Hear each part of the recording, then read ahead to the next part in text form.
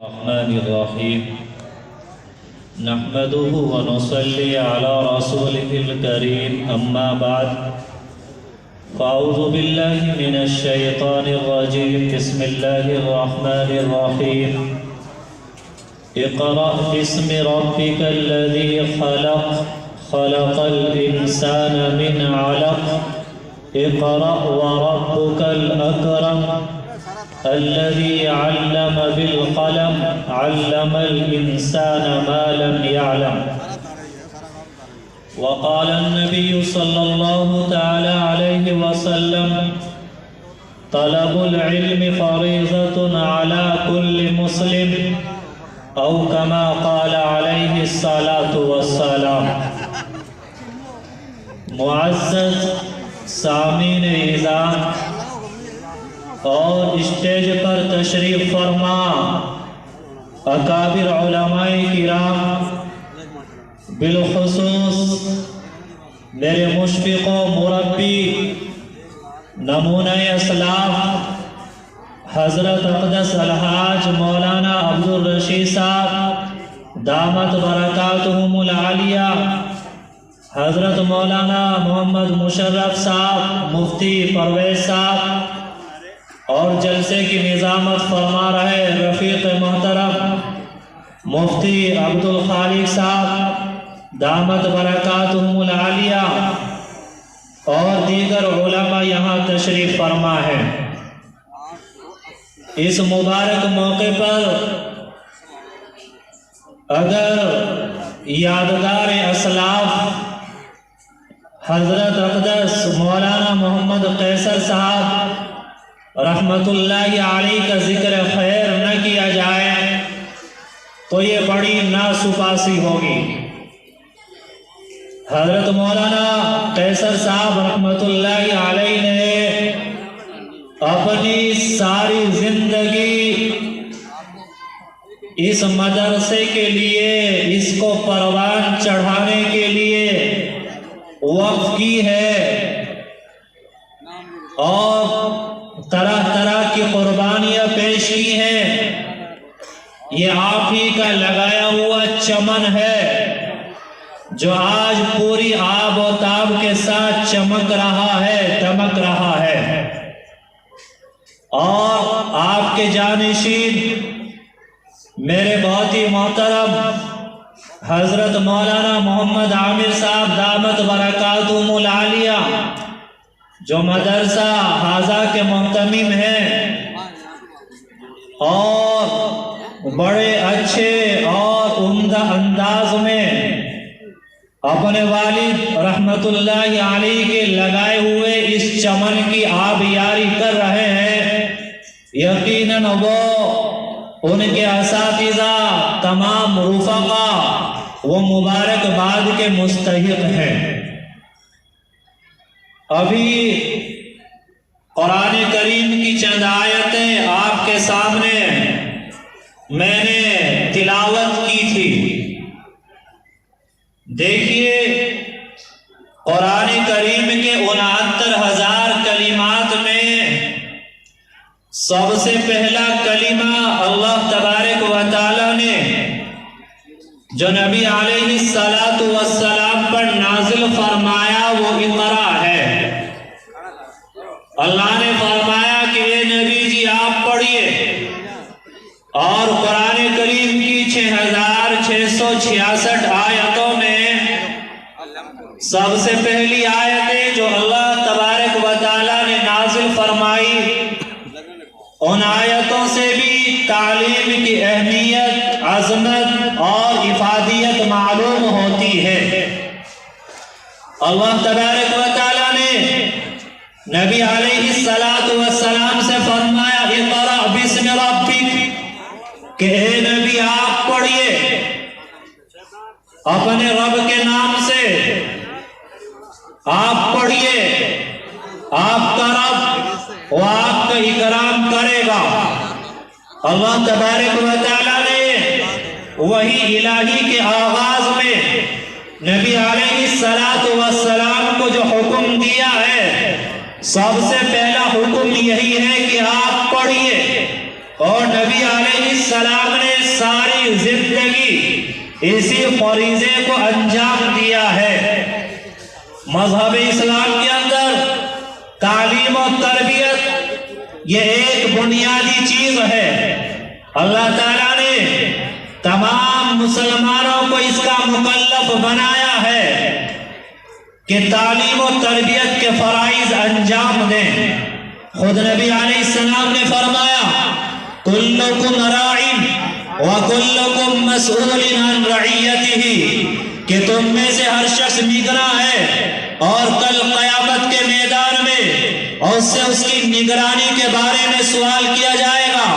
ماں باپ یا اولاد کے اوپر نگراں ہے اور ان کی نگرانی کے بارے میں سوال کیا جائے گا، اور ایک خاندان کا ذمہ دار اور سرپرست وہ اپنے خاندان کا نگراں ہے اور اس سے اس کی نگرانی کے بارے میں سوال کیا جائے گا۔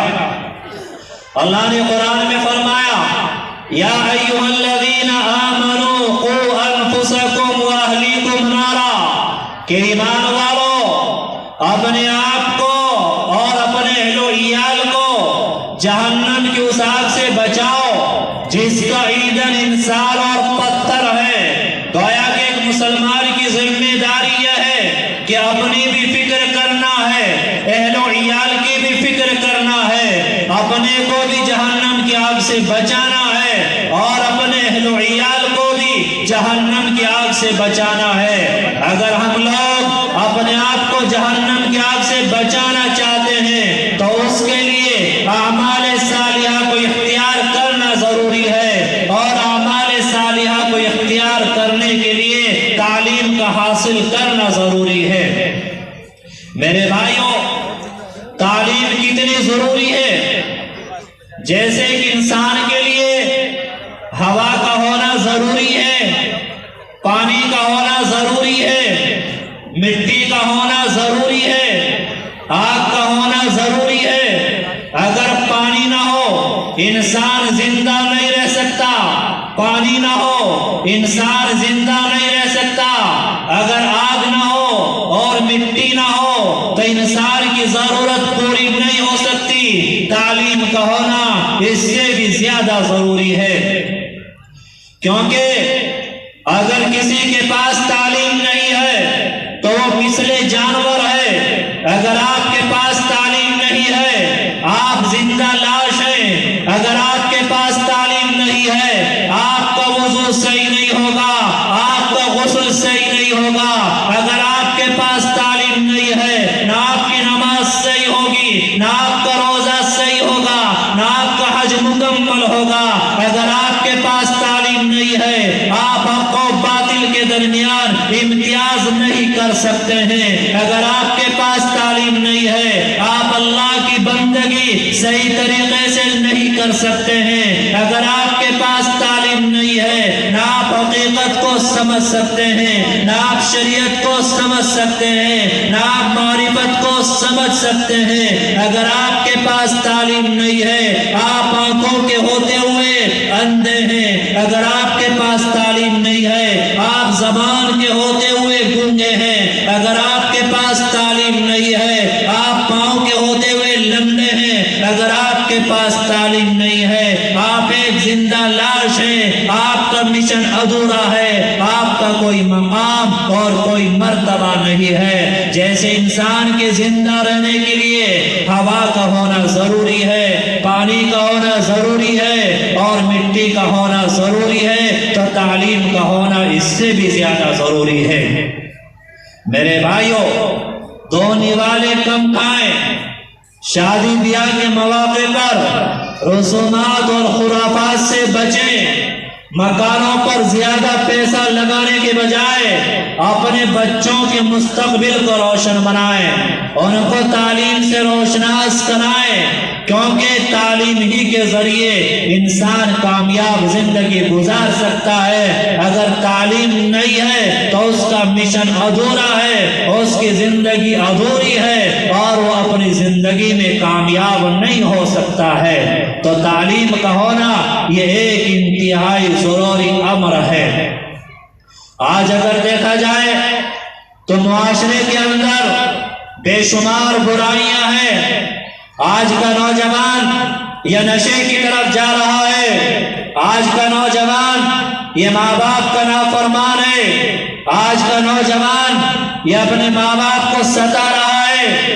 آج کا نوجوان یہ جوا سٹا اور نہ جانے کیسی کیسی برائیوں کے اندر مبتلا ہوتا چلا جا رہا ہے۔ تو یہ تعلیم سے دوری کا نتیجہ ہے، یہ علماء سے دوری کا نتیجہ ہے، یہ مدرسوں سے دوری کا نتیجہ ہے۔ اگر ہم چاہتے ہیں ہمارے بچے صحیح رہیں، ہمارے بچے راہ راست پر چلیں، ہم چاہتے ہیں ہمارے بچے کامیاب زندگی گزاریں، تو تعلیم سے روشناس کرانا یہ انتہائی ضروری ہے۔ آج ہم لوگ اپنی ذمہ داری کو صحیح طریقے سے نہیں نبھا پا رہے ہیں۔ آج ہمیں اولاد کے مستقبل کی کوئی فکر نہیں ہے۔ آج ہمیں اپنے بچوں کے مستقبل کو لے کر ہم لوگ بیدار نہیں ہیں۔ اس کی طرف توجہ کرنے کی ضرورت ہے، اور اس چیز کی ضرورت ہے کہ اپنا رشتہ علماء کے ساتھ مضبوط کیا جائے، مدرسوں کے ساتھ اپنا رشتہ مضبوط کیا جائے، اور یہ مدرسے جو دین اسلام کے قلعے ہیں ان کا تعاون کیا جائے اور ان کی معاونت کی جائے۔ شیخ الاسلام مفتی تقی عثمانی دامت برکاتہم فرماتے ہیں کہ ایک مرتبہ میرا بغداد کے اندر جانا ہوا، وہاں ایک پرانے اور بہت بڑے عالم سے ملاقات ہوتی ہے۔ انہوں نے پوچھا آپ کہاں سے آئے؟ میں نے بتایا۔ انہوں نے پوچھا کہ تمہارے مدرسوں میں کون سی کتابیں پڑھائی جاتی ہیں؟ کہتے میں نے بتایا مشکوٰۃ شریف پڑھائی جاتی ہے، ہدایہ پڑھائی جاتی ہے، اور فلاں فلاں کتابیں پڑھائی جاتی ہیں۔ فرماتے ہیں کہ انہوں نے چیخ ماری اور ان کی آنکھوں سے آنسو جاری ہو گئے اور کہنے لگے کہ آج ہم ان کتابوں کا نام سننے سے ترس گئے ہیں۔ اور انہوں نے ایک پیغام دیا کہ مسلمان عوام تک یہ پیغام پہنچا دینا کہ تم تمام چیزوں کو برداشت کر لینا، لیکن مدارس کے خاتمے کو برداشت نہ کرنا، کیونکہ جو دشمنان اسلام ہیں وہ جانتے ہیں کہ جب تک مدرسے موجود ہیں، علماء زندہ ہیں، مسلمانوں کو برباد نہیں کیا جا سکتا، ان کے عقائد کو بگاڑا نہیں جا سکتا، اور اسلام کی محبت کو ان کے دلوں سے کم نہیں کیا جا سکتا۔ وہ برابر اس چیز پر لگے ہوئے ہیں کہ مدارس کو مٹایا جائے، علماء کو مٹایا جائے۔ تو پوری امت مسلمہ کی یہ مشترکہ ذمہ داری بنتی ہے کہ اللہ تبارک و تعالیٰ کی یہ اتنی بڑی نعمت ہے، جگہ جگہ پر مدارس کا جال پھیلا ہوا ہے، اور آج کے دور میں ان کی ضرورت پہلے سے کئی گنا زیادہ بڑھ چکی ہے، تو ان کے تعاون کی ضرورت ہے۔ ہم ان کو اپنے لیے بوجھ نہ سمجھیں بلکہ اپنے لیے رحمت سمجھیں۔ چاہے جلسے کا موقع ہو، رمضان کا موقع ہو، کوئی بھی موقع ہو، ان کی مدد کرنے سے اپنے ہاتھ پیچھے نہ کھینچے، کیونکہ ان سے ہمارا مستقبل وابستہ ہے، ان سے ہمارا مستقبل جڑا ہوا ہے، ہمارے بچوں کا مستقبل جڑا ہوا ہے۔ یہ ہمارے بچوں کو دینی تعلیمات سے روشناس کراتے ہیں اور ان کی تربیت کرتے ہیں، اور عوام کی تربیت کے لیے ان کو تیار کیا جاتا ہے۔ یہاں سے علماء اور حفاظ نکلتے ہیں اور وہ اصلاح امت کا فریضہ انجام دیتے ہیں۔ تو یہ تو اسلام کی شان ہے، یہ دین اسلام کے قلعے ہیں، ان سے وابستہ رہنے کی ضرورت ہے۔